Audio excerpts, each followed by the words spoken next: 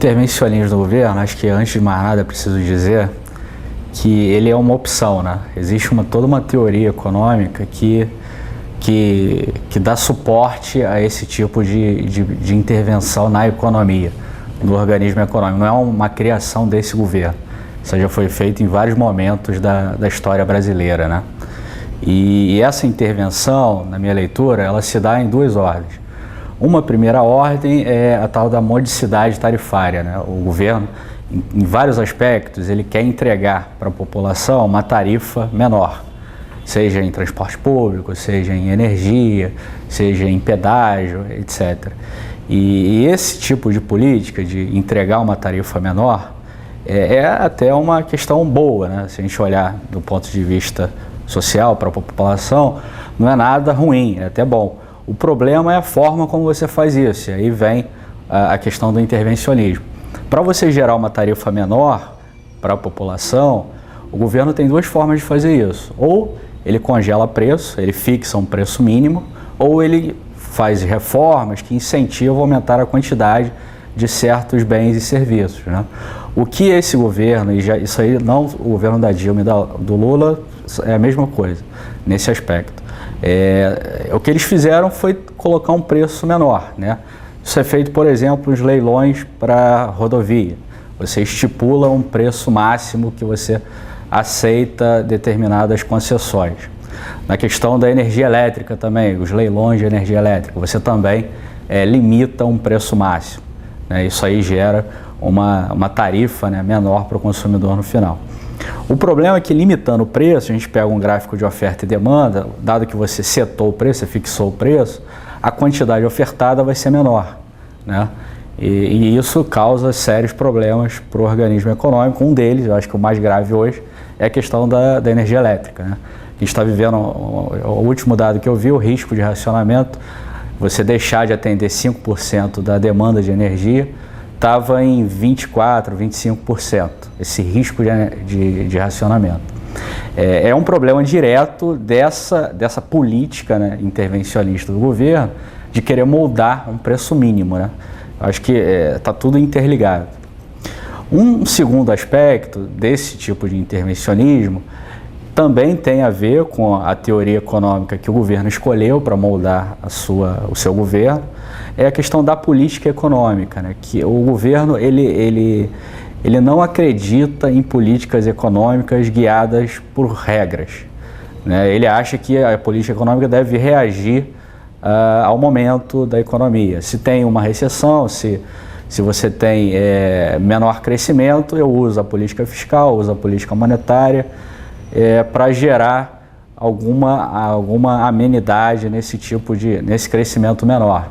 Então eu uso a política econômica, tanto o orçamento público, o fiscal, né, a parte fiscal expansionista, e a política monetária também expansionista, para tentar amenizar esse crescimento menor. É claro que isso vai gerar maior demanda, vai gerar maior consumo. Como a oferta não consegue crescer, o resultado disso é que você vai ter aumento de preço, que é a inflação que a gente está vendo hoje, e também você vai aumentar déficit em conta corrente, que também está acontecendo. A gente está com uma inflação girando acima de 6% e um déficit em conta corrente em 3,5%, que está bem acima da média histórica. E, além disso, outras duas políticas econômicas que o governo utiliza é tentar manter o câmbio um pouco mais depreciado do que seria usual, e usa os bancos públicos, né, principalmente o BNDES, para tentar promover uma política industrial, né? Acho que o intervencionismo do governo se dá nessas duas dimensões. A obsessão por uma tarifa menor, que é a modicidade tarifária, e a política econômica discricionária, reagindo a cada período do tempo. Se a gente olhar para as empresas estatais, para os órgãos estatais, a gente olha para a Eletrobras, olha para a Petrobras, olha para as empresas, o sistema elétrico em si, olha para o próprio IPEA, que teve aquela problemática da pesquisa lá que saiu errado. Tudo isso daí é consequência de intervencionismo, né?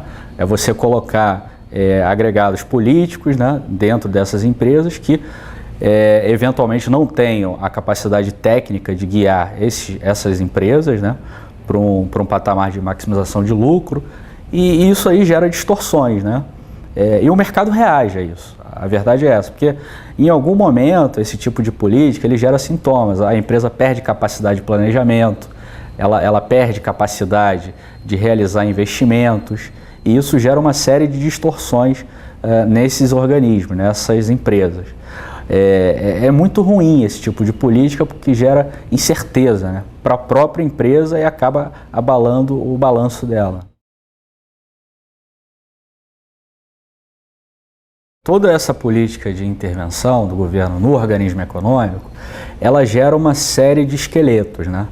Como você está subsidiando para manter o preço mais baixo, ou você está fazendo outras manobras criativas, né, para tentar manter esse preço baixo, você não está, no frigir dos ovos, você não está acreditando no sistema de preços. A verdade é essa. E quando você não acredita no sistema de preços e você gera esse tipo de manobra, de intervencionismo, aos poucos você está desarticulando a economia, né? Porque o preço, no final das contas, ele é um índice de escassez. Ele sinaliza o que acontece com a oferta e com a demanda. Então, se você está mexendo nesse sistema de preços, você está desorganizando a economia. E o mercado percebe isso, né? Porque uma vez que você desorganiza o sistema de preços com esse tipo de política, você vai gerar menor crescimento em algum momento, porque você está gerando mais incerteza sobre o organismo econômico, né? E como o governo ele acredita nesse tipo de política, a percepção do mercado é que dificilmente ele irá mudar muito isso, acaso ele seja reeleito nesse ano. Então, o mercado olha, né, na média, ele fala, ó, se esse governo sair, é melhor, porque um ajuste no ano que vem seria mais factível tendo uma oposição no governo. Então, dado que a Dilma cai nas pesquisas, a oposição, por complemento, ela deveria subir. E isso é benéfico e o mercado reage positivamente a esse tipo de notícia, porque ele vê como uma oportunidade dessas medidas intervencionistas serem ajustadas a partir do ano que vem.